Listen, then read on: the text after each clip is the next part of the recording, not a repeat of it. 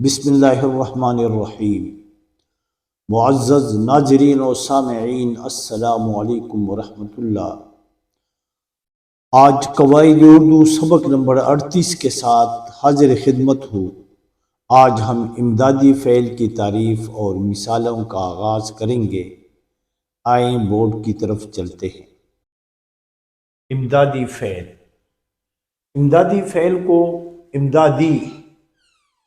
امدادی کا مطلب ہے امداد کرنے والا، اور یہ اصل فعل کے ساتھ مدد کرتا ہے، امداد کرتا ہے، اس لیے اس فعل کا نام امدادی فعل ہے۔ اور یہ اصل فعل کی طاقت میں، زور میں، تکمیل میں اضافہ کرتا ہے، صلاحیت میں اضافہ کرتا ہے۔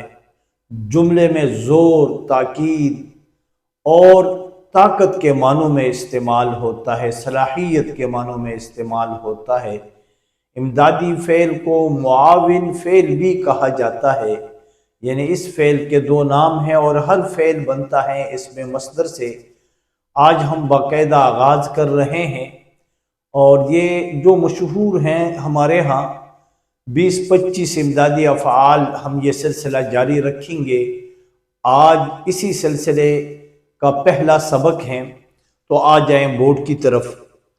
یہاں پر آپ دیکھ رہے ہیں کہ آج سبق نمبر 38 ہے، اور امدادی افعال، اسے معاون افعال بھی کہا جاتا ہے۔ افعال فعل کی جمع ہے۔ فعل تو آپ جانتے ہیں، وہ کلمہ جس میں کسی کام کا کرنا یا ہونا پایا جائے اور اس میں زمانہ بھی موجود ہو، یعنی ماضی، حال، مستقبل۔ آج ہم کرتے ہیں امدادی فعل یا معاون فعل کی تعریف۔ یہ ایک فعل کے دو نام ہیں، تو ہمیں چاہیے کہ ہم دونوں نام یاد رکھیں۔ امدادی افعال کلام میں زور پیدا کرتے ہیں، تاکید اور طاقت پیدا کرنے کے لیے یہ افعال استعمال ہوتے ہیں۔ امدادی فعل عموماً، یعنی عام طور پر اصل فعل کے بعد استعمال ہوتا ہے، اور امدادی فعل اصل فعل کے ساتھ مل کر یہ مرکب فعل بناتا ہے۔ مرکب تو آپ جانتے ہیں، ایک ہے مفرد یعنی ایک کلمہ، اور مرکب یعنی دو یا دو سے زیادہ کلمے یا الفاظ آپس میں مل جائیں تو اسے ہم، اس مجموعے کو ہم کیا کہتے ہیں؟ مرکب۔ اب یہاں پر بھی ہم دیکھتے ہیں دو افعال آپس میں مل جاتے ہیں۔ یہاں پر آپ دیکھیں، مثلا اس کی مثال دیتے ہیں، علی اردو بول سکتا ہے، یعنی علی میں یہ صلاحیت، یہ قابلیت موجود ہے اردو بولنے کی کہ وہ اردو بول سکتا ہے۔ اب آپ دیکھتے ہیں علی اردو بولتا ہے تو عام اردو بولتا ہے، ٹھیک ہے، لیکن علی اردو بول سکتا ہے، تو اس بولنے میں ہم نے وہ صلاحیت پیدا کر دی کہ علی کے اندر یہ صلاحیت، یہ قابلیت موجود ہے، یہ قدرت اسے حاصل ہے کہ وہ بہترین اردو پر قادر ہیں یا بول سکتا ہے۔ یہاں پر آپ دیکھیں، ایک ہیں ہمارے ہاں بول، اور جیسا کہ ابھی ہم وہ بات ہوئی کہ اصل فعل کے بغیر تو جملہ نہیں بنتا، ہاں امدادی فعل کے بغیر جملہ بن سکتا ہے۔ امدادی فعل در حقیقت مدد کرتا ہے، یہ اصل فعل کی مدد کرتا ہے۔ اور میں عموماً طلباء کو یہ مثال دیتا ہوں کہ جیسے خدا نے ہمیں چلنے کے لیے ٹانگ پاؤں سے نوازا ہے، ہم جب پیدل چلتے ہیں تو ہماری رفتار تیز نہیں ہوتی، لیکن ہم جب گاڑی پر سوار ہوتے ہیں تو ہماری رفتار بڑھ جاتی ہے۔ تو آپ یوں سمجھے کہ یہ اصل فعل ہے، اس کی رفتار جب کم پڑ جاتی ہے تو اسے پھر ضرورت پڑ جاتی ہے امدادی فعل کی۔ امدادی فعل سے جملہ خوبصورت، واضح، اس میں وضاحت آ جاتی ہے اور صلاحیت بڑھ جاتی ہے۔ اور یہ یہاں پہ آپ دیکھیں، بول سکتا ہے۔ اب بول ہمارے پاس، یہ بھی یاد رکھیں کہ افعال کس سے بنتے ہیں؟ مصادر سے۔ تو یہ کس مصدر سے بنا ہے؟ ہمارے پاس ایک مصدر، آپ کوشش کریں کہ مصدر بھی نکالیں، جڑ سے سمجھنے کی کوشش کریں۔ تو یہ فعل ہے بولنا، مصدر سے، اور کون سا فعل ہے؟ یہ ہے اصل فعل، یہ اصل فعل۔ اور سکتا ہے ہمارے پاس امدادی فعل، یعنی دو افعال مل گئے، نمبر ایک بول اور نمبر دو سکتا ہے۔ تو اب دو افعال جب مل گئے، دونوں کے مجموعے کو ہم کیا کہیں گے؟ مرکب فعل۔ یہاں پر دیکھیں سکتا ہے، ہمارے پاس مصدر ہے، مصدر سکنا سے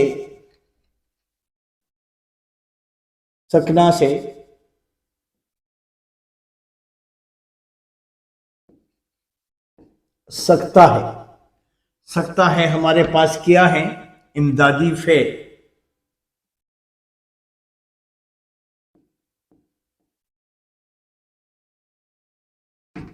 امدادی فعل۔ یہاں پر آپ دیکھیں آج جو امدادی افعال، جیسا کہ آغاز میں بتا چکا ہوں کہ ہم تقریباً 20-25 افعال وہ ہم کریں گے تو اس سے خود وضاحت ہو جائے گی۔ اور جب بھی آپ دیکھتے ہیں کہ جملے میں دو فعل آ گئے اور فعل کی خبر ہمیں کیسی ہوگی، فعل کی پہچان کیا ہے، تو فعل عموماً جملے کا آخری لفظ، جملے کے آخر میں فعل استعمال ہوتا ہے عام طور پر۔ یہ نہیں ہے کہ ہر وقت کی بات میں نہیں کرتا، لیکن عام طور پر فعل جملے کے آخر میں۔ تو آپ دیکھیں جملے کے آخر میں جب دو فعل آ جائیں تو آپ پھر عموماً عام طور پر آخری فعل کو امدادی فعل اور پہلے فعل کو اصل فعل، اصل اور امدادی فعل، دو فعل جب مل جائیں تو مرکب۔ معلوم ہوا ہے کہ امدادی فعل جملے میں مرکب فعل بھی بناتا ہے۔ آج جو ہمارے پاس ہے آنا، ہمارے پاس آنا مصدر ہے اور اس سے ہمارے پاس یعنی امدادی افعال اس سے بنتے ہیں، امدادی فعل۔ آنا مصدر سے امدادی فعل، تو ہم یہ آنا مصدر سے امدادی فعل جو بنتا ہے وہ کس لیے پھر استعمال ہوتا ہے؟ وہ ہے تکمیلی فعل۔ تکمیلی فعل، فعل مکمل، فعل جب مکمل ہو جائے، تکمیل کے معنی ہے مکمل، تمام، پورا۔ ایک فعل جب پورا ہو جائے یعنی مکمل ہو جائے اور پھر واپسی کے لیے ایک اور فعل بھی آ جائے تو واپسی کے لیے ہم استعمال کرتے ہیں اصل فعل کی تکمیل کے بعد۔ وہ تو تکمیل تو ہو گئی، اصل فعل نے جملے میں تکمیل، ایک فعل یعنی مکمل کر دیا، اور دوسرا فعل کے معنی ہے کام، آسان معنوں میں ایک کام مکمل ہوا اور دوسرا کام، پھر واپسی ایک اور کام بھی ہوا، تو واپسی کے لیے ہم کیا استعمال کرتے ہیں؟ آنا مصدر سے بننے والا فعل۔ جیسے یہاں پر ہمارے پاس ہے علی، علی ایک بچہ ہے، انہوں نے کر ہمارے پاس کیا ہے؟ کرنا سے کر، یہ کیا ہے؟ یہ ہمارے پاس ہے اصل فعل، اصل فعل۔ علی کام کر آیا، کر کا مطلب ہے کام کیا، اور دوسرا فعل یہ ہے کہ واپس آنے کا کام بھی انہوں نے مکمل کیا۔ علی کام کر آیا یعنی کام بھی کیا اور آنے کا فعل بھی، اس کے بعد انہوں نے واپسی کا فعل بھی کیا، تو اب دو فعل آ گئے۔ پھر وہ واپس بھی آیا، تو واپسی کے لیے ہم نے کون سا فعل؟ آیا۔ اب آیا جو ہے یہ آنا مصدر سے آیا تو آپ جانتے ہیں فعل ماضی مطلق کا صیغہ واحد غائب، آیا۔ اب یہ آیا، یہ ہمارے پاس کیا ہے؟ امدادی فعل۔ لیکن سوال یہ پیدا ہوتا ہے صرف امدادی فعل نہیں، ذہن میں یاد رہیں اسے معاون، اعانت کرنے والا، مدد کرنے والا فعل، معاون فعل بھی کہتے ہیں۔ تو آپ نے دیکھا ہے ایک کام انہوں نے علی نے کیا اور اس کے بعد واپسی کا کام بھی انہوں نے کیا، یعنی آنے کا کام بھی ہوا۔ علی یا نماز پڑھ کر واپس آیا، اب نماز پڑھ کر آیا تو آیا خود بتا رہا ہے کہ واپس آیا، یعنی پہلے وہ گیا، انہوں نے نماز پڑھ لی اور پھر واپس آ گیا، یا انہوں نے والدین کی خدمت کی اور پھر اللہ کی عبادت کی، یعنی والدین کی خدمت کر کے آیا۔ اب یہ ذرا سنیں، ہاں یہاں پر میں بھی تھوڑا سا وہ کیا کہتے ہیں اردو میں انسان خطا کا پتلا ہے، یہاں دیکھیں علی والدین کی خدمت کر کے آیا، اب آپ دیکھتے ہیں آیا یعنی واپس آیا، والدین کی خدمت بھی کی، ایک فعل تو یہ ہے، یہ والدین کی خدمت، یہ فعل جو کر کے، یہ فعل کیا ہے، ایک فعل کی وہ ہم یہ تکمیلی فعل، تکمیل کا مطلب ہے مکمل، یہ فعل مکمل ہوا، کر کے ان سے مکمل ہوا، اور دوسرا فعل یہ واپس آنے کے معنوں میں استعمال ہوا۔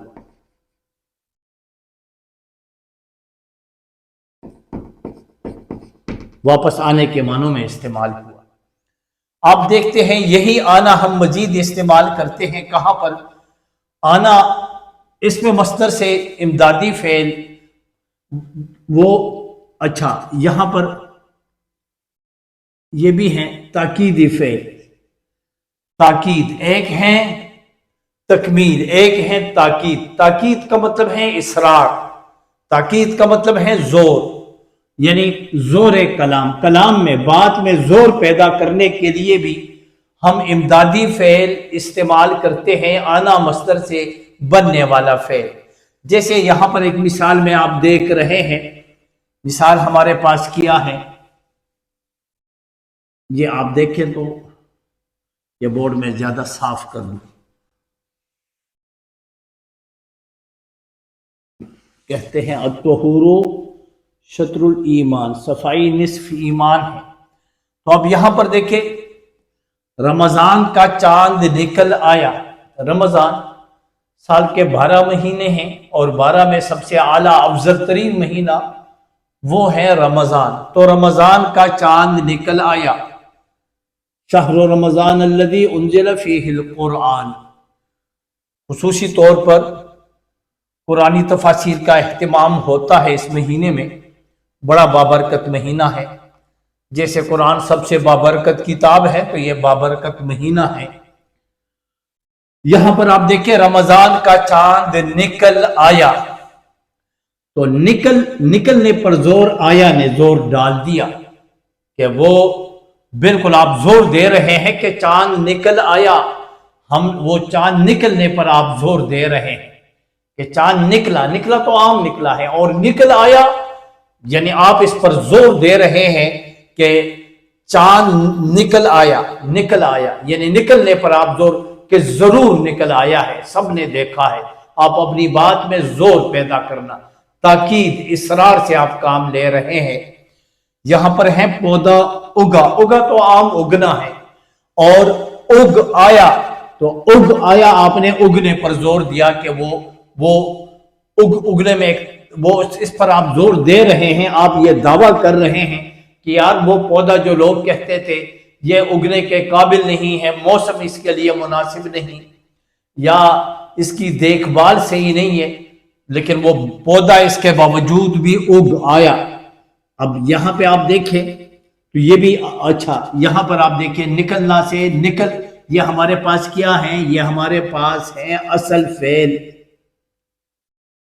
اور آیا تو آپ جانتے ہیں آیا ہمارے پاس ہے امدادی فعل۔ ہم نے عموماً کہا ہے کہ امدادی فعل عموماً عام طور پر اصل فعل کے بعد استعمال ہوتا ہے، یعنی یہ دو فعل آ گئے، اور یہ دو فعل جو ہیں ان کا جو مجموعہ ہے، تو اس مجموعے کو یعنی نکل اور آیا دونوں افعال کو ملا کے اس کو کون سا فعل کہیں گے؟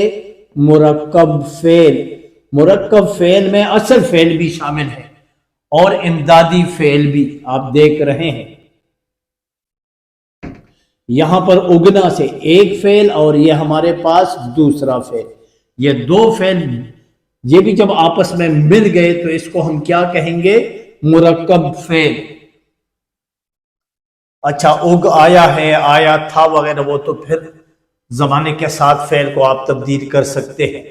یہاں پر آپ دیکھیں وہی آنا مصدر سے امدادی فعل جو معاون فعل بنتا ہے، وہ معاون فعل کلام میں فعل دفعتن، دفعتن کے معنی ہے اچانک یا اتفاقیہ۔ اتفاقیہ کا مطلب یہ ہے کہ وہ خود بخود اتفاقی طور پر یہ کام ہوا۔ جب دفعتن یعنی اچانک یا فوراً، آپ آسان معنوں میں لے لیں، فوراً کے معنوں میں بھی استعمال ہوتا ہے، اور اتفاقیہ یعنی قدرتی طور پر خود بخود ہونا، فعل واقع ہونے کے لیے بھی استعمال ہوتا ہے۔ جیسے یہاں پر آپ دیکھ رہے ہیں کہ ناراض بیٹا کیا ہوا، آخر کار باپ سے آ ملا۔ وہ ناہنجار نالائق اپنے والد سے ناراض تھا، حالانکہ والد کا حق ہے ناراض ہونے کا، لیکن یہ تو ناسمجھ تھا، عقل کی کمی تھی، اور خود جب شادی کر بیٹھا تو سمجھ آ گئی ہے کہ والدین اولاد کے ساتھ کتنی محنت مشقت کر کے اولاد کو سردی گرمی ہر آفت سے بچا کر جوان کرتے ہیں۔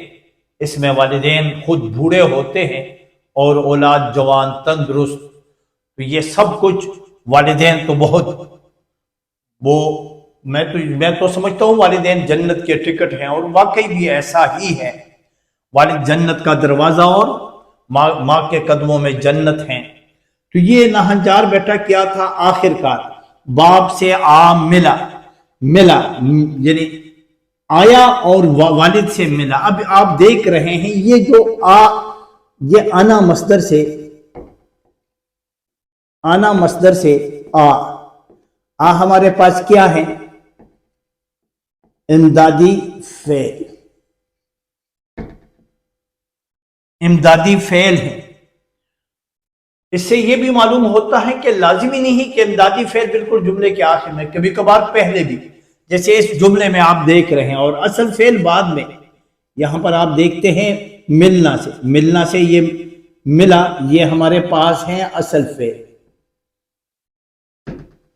اور یہ ملنے یعنی یہ ملا ہے تو کیسے ملا ہے، اچانک ملا ہے، قدرتی طور پر ملا ہے، کسی کو یہ امید نہیں تھی کہ وہ اپنے والد سے ملے گا۔ اس میں اتنی عقل بھی ہے کہ والد کو مرنے سے پہلے وہ راضی کرے گا تاکہ قیامت کے دن رب کے سامنے وہ مجرم بن کر کھڑا نہ ہو۔ ہاں لیکن ایک چیز اور بھی میرے ذہن میں آ گئی، جہاں پر خالق کا حکم آ جائیں تو پھر مخلوق اگر خالق کے خلاف حکم دے تو پھر اسے نہیں ماننا چاہیے، چاہے وہ والد ہو، والدہ ہو، کوئی بھی ہو۔ خالق کا حق مخلوق سے زیادہ ہے، اور مخلوق میں پھر والدین کا ایک بڑا، یہ بھی نہیں کہ والدین کا مقام نہیں ہے، بڑا اعلیٰ مقام ہے۔ قرآن نے اف کرنے سے منع فرمایا ہے، یعنی اف کرنے تک، آپ خود یہ دیکھیں۔ اچھا یہاں پر ہے ایک اور جملہ ہے ہمارے پاس، سانپ آ نکلا۔ وہ سانپ جو غائب تھا، ہمیں امید نہیں تھی، اچانک فوراً دفعتن وہ سانپ آ نکلا۔ اور یہاں پر یہ دفعتن، یہاں پر ایک لفظ استعمال ہوا تھا، تو یہ بھی تھوڑی سی میں وضاحت کر دوں۔ دفعتن یا ایک لفظ ہے خصوصاً، یا ایک لفظ ہے تقریباً، یا ہے فوراً۔ جہاں پر آپ یہ تنوین دو زبر آپ دیکھ رہے ہیں، اردو میں دو زبر صرف اور صرف یہ الف کے اوپر استعمال ہوتے ہیں، کسی اور حرف کے اوپر آپ کو دو زبر نظر نہیں آئیں گے۔ تو یہاں پر آپ جہاں پر بھی آپ ایک لکھ رہے ہیں اور تھوڑی سی دقت پیش آ رہی ہے کہ یار خصوصاً اور دفعتن، تو وہاں پر الف آپ ضرور لگائیں اور اس کے اوپر پھر دو زبر۔ بہرحال یہاں پر ہم آنا مصدر، یہ آنا مصدر سے بننے والا فعل جملے میں ایک فعل کی تکمیل کے بعد واپسی کے لیے بھی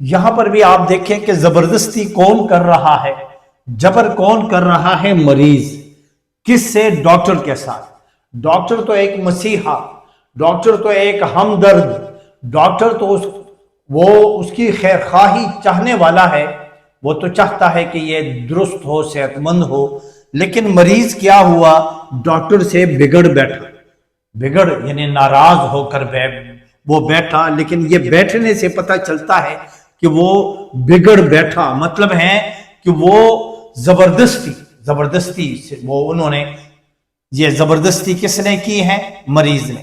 بگڑ بیٹھا، اب یہ بگڑنے میں یہ ہے کہ بگڑنے کا کام انہوں نے زبردستی کیا ہے، یعنی بگڑنے کا حق اس کا نہیں بنتا تھا، لیکن وہ زبردستی سے وہ اس سے ناراض ہوا، ڈاکٹر سے۔ حالانکہ ڈاکٹر کو ناراض ہونا چاہیے تھا، ناز و ادا حق تو ڈاکٹر کا ہے کہ وہ اس کو ہمدرد بھی ہیں اور اسے صحت دینے میں وہ مسلسل اس کی خدمت بھی کر رہا ہے، خدمت گار بھی ہے، تو لازمی ہے، خادم اور مخدوم کا رشتہ ہے، تو ڈاکٹر تو خادم ہے، اس کی بڑی خدمت کر رہے ہیں، اور پھر بھی مریض اس سے بگڑ بیٹھا، تو بگڑنے کا حق اس کا نہیں تھا، لیکن انہوں نے زبردستی کی۔ تو یہاں پر آپ دیکھتے ہیں کہ زبردستی کے معنوں میں بھی بیٹھنا مصدر سے بننے والا فعل استعمال ہوتا ہے۔ مزید میں پھر آگے چلا جاتا ہوں کہ بیٹھنا مصدر سے بننے والا امدادی فعل جو استعمال ہوتا ہے وہ ہے تسلیم و رضا، یعنی رضامندی کے معنوں میں بھی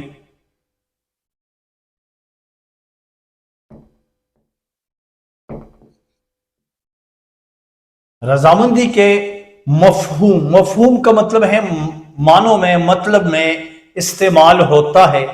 جیسے غریب اپنی قسمت کو رو بیٹھے، یعنی غریب وہ انہوں نے صبر کیا کہ یار بس میری قسمت میں یہ غربت ہے تو میں کیا کروں۔ حالانکہ سرمایہ دارانہ نظام میں یہ نظام ہی اس کا دشمن ہے کہ جس نے سرمایہ دار کو غریب کا خون چوسنے کا موقع دیا، اور غریب کا خون مکمل وہ چوس رہا ہے، اور غریب کی محنت و مشقت کے پیسے پہ وہ خوشیاں، عیش اور عشرت کی زندگی وہ گزار رہا ہے۔ تو یہ تو ایک ظالمانہ نظام ہے، لیکن کیا ہوا؟ غریب وہ ان کا بس نہیں چلتا۔ اور یہ بس سے مجھے یاد آیا، بس کے معنی ہے اختیار۔ یہ جو بس ہے، بس غریب کا بس نہیں چلتا، یہ ہے مذکر۔ اور یہ جو روڈ پر بس ہیں، گاڑی ہیں، تو وہ گاڑی اردو میں ہے مؤنث، یعنی اسکول کی بس چلتی ہے اور غریب کا بس نہیں چلتا، یعنی غریب کا اختیار نہیں چلتا، اس کے پاس یہ اختیار نہیں ہے۔ تو یہ تو ویسے مجھے یاد ہو، اور میں نے کہا چلے وہ بھی باتوں میں اس کو بھی میں حل کروا دوں۔ تذکیر و تانیث انشاءاللہ اس پر بعد میں ہم بہت زیادہ مفصل وہ ایک لیکچر ریکارڈ کریں گے۔ ابھی تو یہ سلسلہ جاری ہے، چند لیکچروں میں انشاءاللہ خدا کرے کہ یہ بھی اختتام پذیر ہو۔ غریب اپنی قسمت کو رو بیٹھے، یعنی غریب رضامند ہوا اپنی غربت پر کہ چلو یہ میری قسمت ہے، اوپر والے نے یہ لکھا ہے تو خدایا میں آپ کی رضا پر راضی ہوں، تو غریب راضی ہوا۔ اچھا، اور عموماً ایسا بھی ہوتا ہے کہ نظام اچھا بھی ہو تو اس میں بھی غریب ہوتے ہیں، لیکن یہ غربت اتنی نہیں ہوتی جتنی سرمایہ دارانہ نظام میں ہے۔ یہاں دیکھیں پھر غریب کو اپنی غربت، محنت، مشقت کا صلہ برابر صلہ ملتا ہے، اس کی اچھی زندگی گزرتی ہے۔ خدا کرے کہ نظام عدل قائم ہو۔ اچھا، یہاں پر بیٹھنا فعل کے یکایک ہو جانے کے معنوں میں بھی استعمال ہوتا ہے، یعنی بیٹھنا مصدر سے جو فعل بنتا ہے وہ فوراً کے معنوں میں بھی استعمال ہوتا ہے۔ یکایک کے معنی ہے فوراً، اچانک، جس کو ہم اردو میں کہتے ہیں، اچانک کے معنوں میں بھی استعمال ہوتا ہے۔ جیسے مجرم